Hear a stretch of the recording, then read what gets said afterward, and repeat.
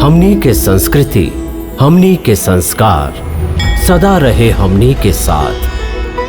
भारत के महान ग्रंथ और काव्य सब के संपूर्ण संकलन सब्सक्राइब करें तिलक।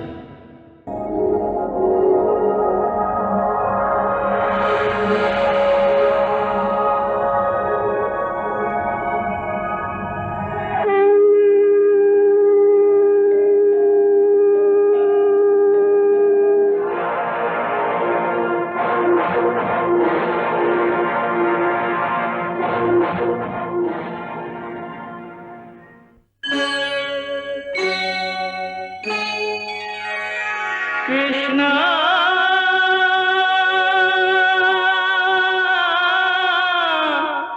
कृष्णा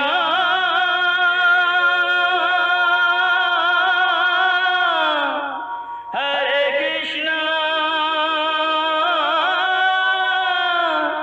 हरे हरे।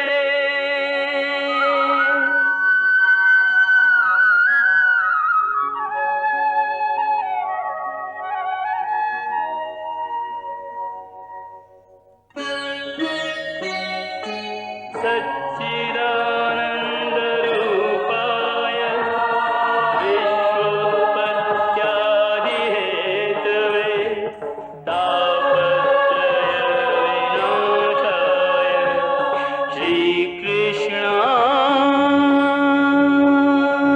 वयं नमः।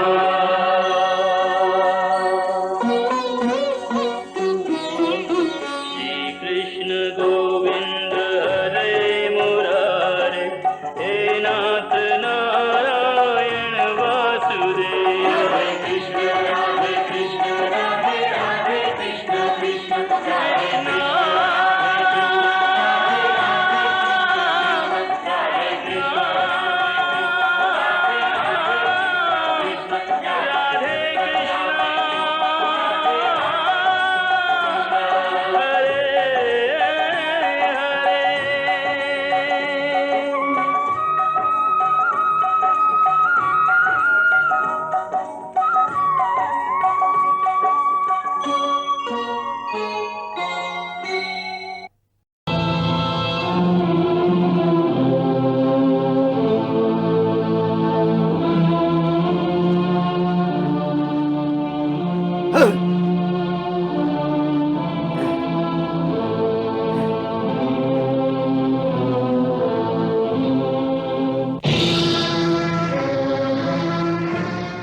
हम इतना बरिस ले खाली यही से चुप रही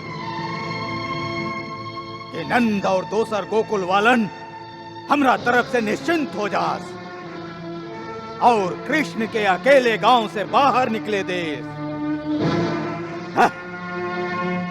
बाकी यह घटना के बाद वो फिर चौकन्ना हो जाई हैं।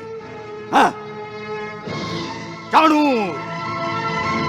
कितना दुख के बात बा कि हमरा लगे ऐसन कोनो शक्ति नहीं खे जे हमारो छोट शत्रु के अंत कर सके। महाराज, असल में वो कोनो साधारण लड़का ना है, कोनो मायावी शक्ति है। ता हमरा लगे जे इतना मायावी दैत्य बाड़न, वो कौन काम के बाड़न आए? हम एक से एक बड़ा मायावी के वहां भेजली। पूतना, श्रीधर, उत्कच, कागासुर और सबसे बढ़ के पूतना के भाई बकासुर।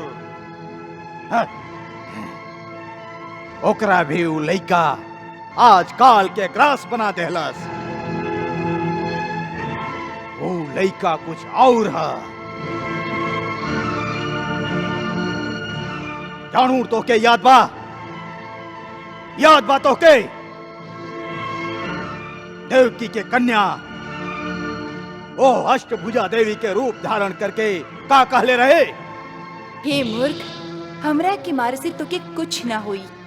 तोके मारे वाला कोई और बा और ऊ ए धरती पर जन्म भी ले चुकल बा।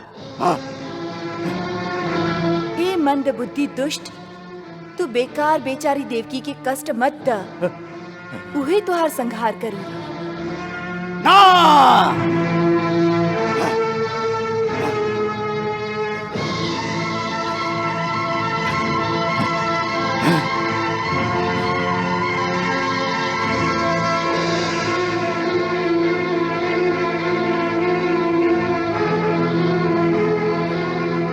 वही काल के हमके भय बा और ए भय से मुक्ति पावे के हमार कोनो योजना सफल ना हो रहा है। बतावा बतावा, अभी और केहू बा केहू और जकरा ई कार्यभार सौंपल जाए, बा केहू और? जी एगो बाड़न के पूतना और बकासुर के बड़ भाई अगासुर। वो अजगर? हाँ महाराज, ए धरती पर ओकरा से बड़ सांप नहीं खे कोई, और ऊ मायावी भी हा। ऊ ए काम के अवश्य पूरा कर सकेला। तो बुलावा ओकरा, बुलावा। कहाँ बाऊ, कहाँ बाऊ? अगासुर!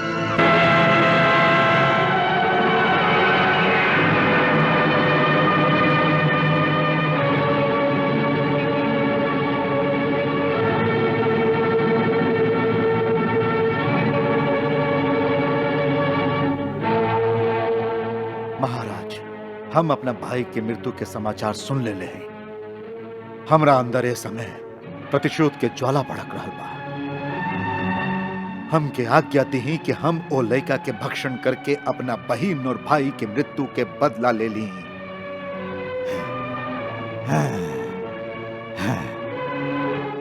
आज्ञा बा अगासुर, आज्ञा बा। हमरा तरफ से तो के पूरा स्वतंत्रता बा, और यदि तोहरा केहू और के सहायता भी चाहिए तो हमरा से कहा, हम तोहरा साथे। ना महाराज, हमरा केहू के सहायता की आवश्यकता नहीं है। हम अकेला ही काफी है। खाली वो लड़का के ना, पूरा गोकुल वासी के भी एक साथ निकल जाए के क्षमता बा हमरा में। आप निश्चिंत रहिए, हम बकासुर जैसन मूर्खता ना करब।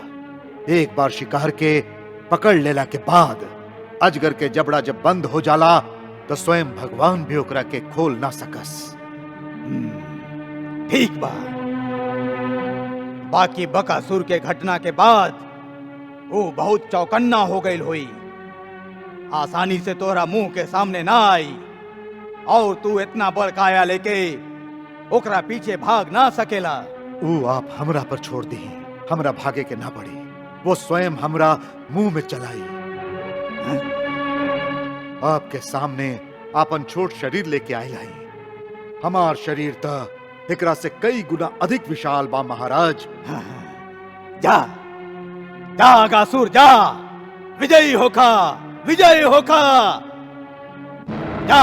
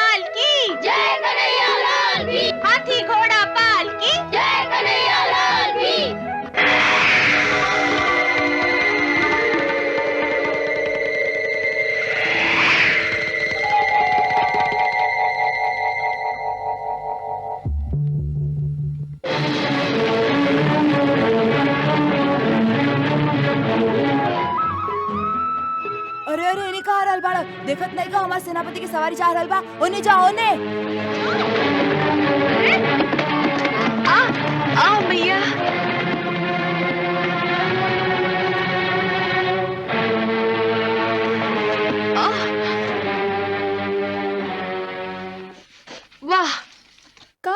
के सेना बा। 2 बछड़न से डेरा के अपना सेनापति के भी फेंक के भाग गईलन। वाह वाह, जे अपना सेनापति के रक्षा ना कर सके उनकर रक्षा के करी? उनकर सेनापति। अरे भाई, हम लोग के तो सब कुछ तू ही बाड़ा। सूतत जागत हमार मन त खाली तोहरे चिंतन में खोल रहेला। रात के भी सपना में तू ही हमरा साथे होला, फिर हम लोग की अपना रक्षा की चिंता काहे? श्रीदामा, मनसुखा, छोटपन से ही ऐसन चिकना चुपड़ा बात करके सब काम हमरे से करावत आवेला। यहाँ तक कि तू लोगन खातिर हम चोरी भी कैली। अच्छा कौनो बात ना, हमरा सहारे बाड़ा त सब काम हम ही संभाल ले। बाकी इतना काम त करा कि अपना सेनापति के भूखे मत मारा। देखा दोपहर के समय हो गई, चला खोले सबे आपन आपन गठरी, भोजन त कर लिहल जाए। जौन आ गया सेनापति जी। हाँ? अरे ये गुफा कहाँ से आ गई?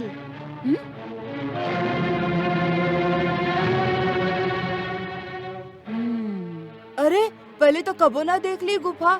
इवा तो एगो झाड़ी के बड़का झुंड रहे। हो सकता ये वही झाड़ी से ढकल रहल हो। तो झाड़ी कहवा गई? कल रात आनी आयल रहे ना, उड़ गई लोही। हो सकेला, चलो चल के देखल जाए।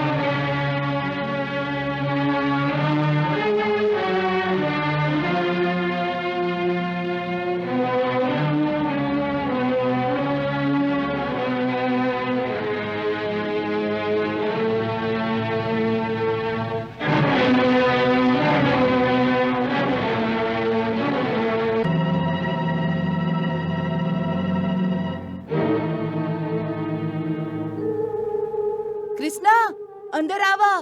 देखा गुफा के अंदर कितना लंबा सुरंग बा। कान्हा, अंदर आवा। कान्हा, अंदर आवा। देखा।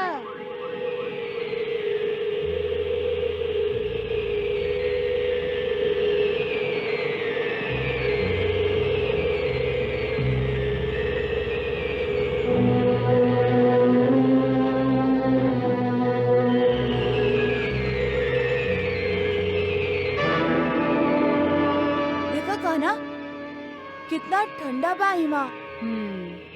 आज से हम सब इमे भोजन कर जाएं।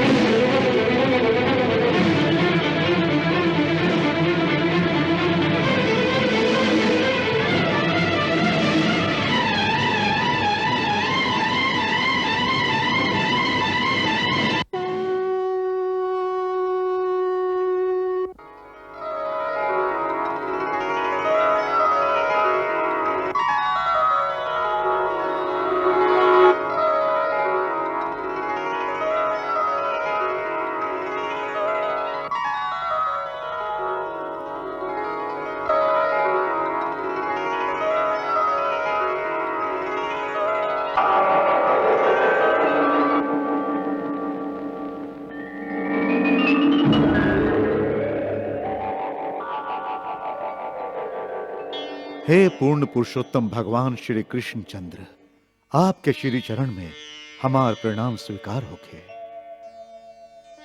हे प्रब्रह्म, आपके अनुपम दया से आज कितना युग के बाद हम महर्षि अष्टावक्र के श्राप से मुक्त होके आप जगदीश्वर के वंदना करत हैं। आपके शरण में आयल हैं प्रभु। आपके श्री चरण के स्पर्श मात्र से आज हमार सब पाप के नाश हो गई बा। हे दीन बंधु, हम अद्वैत शंखासुर के बेटा हैं।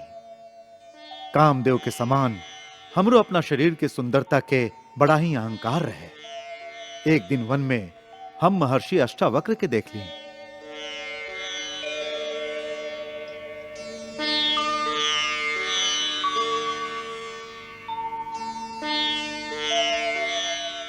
उनका टेढ़ा मेढ़ा शरीर के देख के हम अपन हंसी रोक ना सकली।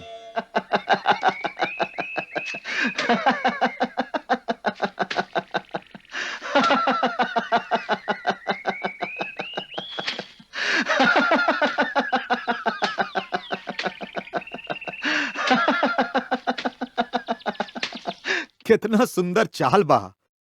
आप कैसन सुंदर चाल के देख के तो स्वर्ग के अप्सरा सब भी लजा जात हुई हैं।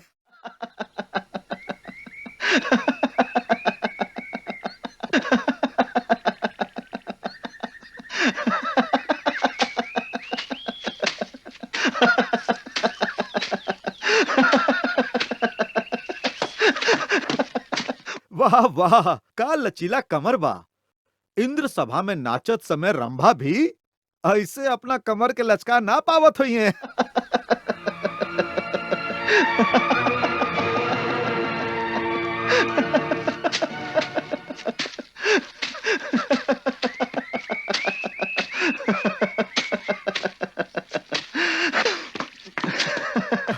हम कहली एक कुसुम लता के बेल के तरह बल खात इस सुंदर और लचकदार कमर कौना दुकान से ले आयल बड़ा भैया? हमके भी ओकर पता बता दा।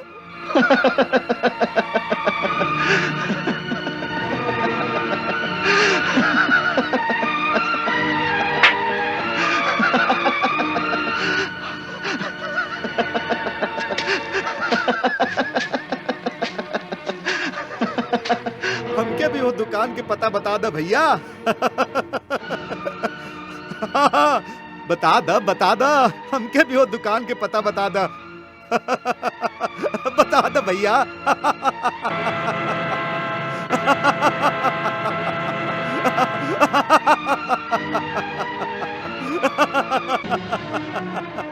तोरा वहां के पता चाही? वो दुकान है भगवान के दुकान से हमरा ई शरीर मिलल बा। वो दुकान पर ऐसा लचकदार कमर और टेढ़ मेढ़ चाल चले वाला करोड़ों शरीर धरती पर रेंगे वाला सापन के दिहल जाला। ऐसे जा, तू साफ हो जा। ना, वहां तोहरा अष्टावक्र का शतवक्र शरीर मिल जाई।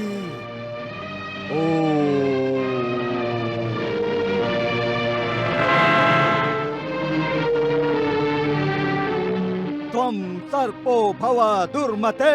ना, क्षमा क्षमा महामुनि, हमरा के क्षमा करी। हम खाली विनोदवश आपके अपमान कैलिया। इतना छोट भूल खातिर हमरा के इतना बड़ दंड मत दी। ई भूल छोट नहीं के असुर कुमार। संसार में प्रकृति के नियम के अनुसार केहू के करिया, केहू के गोर, केहू के सुंदर, केहू के कुरूप, केहू के स्वस्थ, केहू के कोढ़ के मारल शरीर मिलेला। एकरा के प्रभु के लीला समझ के कोनो कुरूप आदमी के देख के ओकर परिहास कबो ना करे के चाही। ई महापाप है। याद रखा, प्राणी के सुंदरता और कुरूपता के पहचान ओकर विचार और कर्म से होखेला, शरीर के रंग रूप से ना। काहे कि शरीर के काट के देखबा त सबके शरीर अंदर से बहुत गंदा होला। ऐसे आपन सुंदरता के अभिमान में कुरूप के कुरूप लंगड़ा के लंगड़ा चाहे कोनो काना के काना कह के ओकर हंसी उड़ावे से ओकर आत्मा के जे पीड़ा होला, ओकरा अंतर में जे वेदना होला, ऊ महापाप है और ओ पाप के दंड बहुत भयंकर होला। बाकी आप तो महात्मा हैं, क्षमा मूर्ति हैं। हे अज्ञानी के क्षमा कर दी नाथ, क्षमा कर दी। फिर जीवन भर ऐसा पाप ना करब। शरणागत के रक्षा करी। महात्मा लोग के हृदय तो बड़ा कोमल होखेला।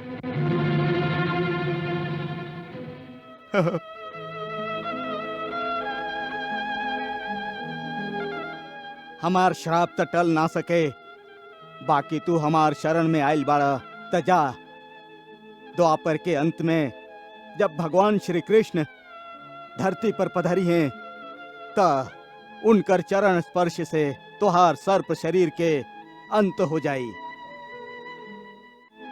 और उनकर दर्शन के फलस्वरूप तू पाप वृत्ति से मुक्ति पाके के उनके ज्योति में समा जाइबा।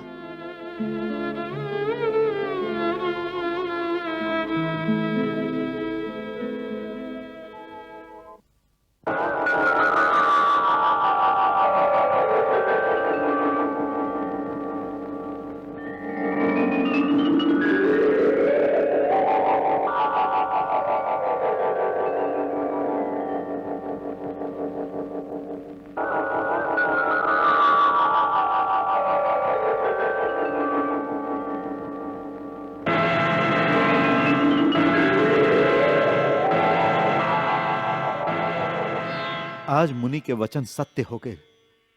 प्रभु, आपके दर्शन से हमार वृत्ति अहंकार रहित हो गई। अब यह किंचन आत्मा के अपना चरण रज में विलीन कर ली। सभे प्राणी के शरीर अहंकार से बनल एगो बुलबुला की तरह होला, जेकरा में हमरे प्रतिबिंब जीवात्मा कहाला। जब अहंकार के नाश होखे से बुलबुला फूट जाला, तब वो प्रतिबिंब वापस अपना बिंब में विलीन हो जाला। एकरे मुक्ति कहल जाला। हमार संकल्प से ही सभे प्राणी हमरा से उत्पन्न होलन और अंततः हमरे में समा जालन। अतः तथास्तु।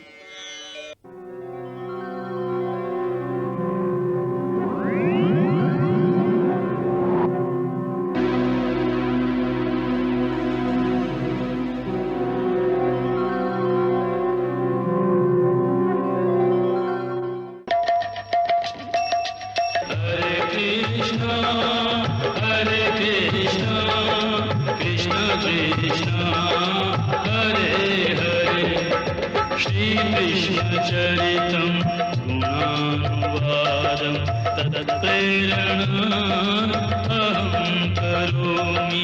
मम भावगीतं हृदयस्य प्रीतं त्वत्पद्मपादे समर्पयामि। हरे राम राम राम हरे हरे, हरे कृष्ण कृष्ण कृष्ण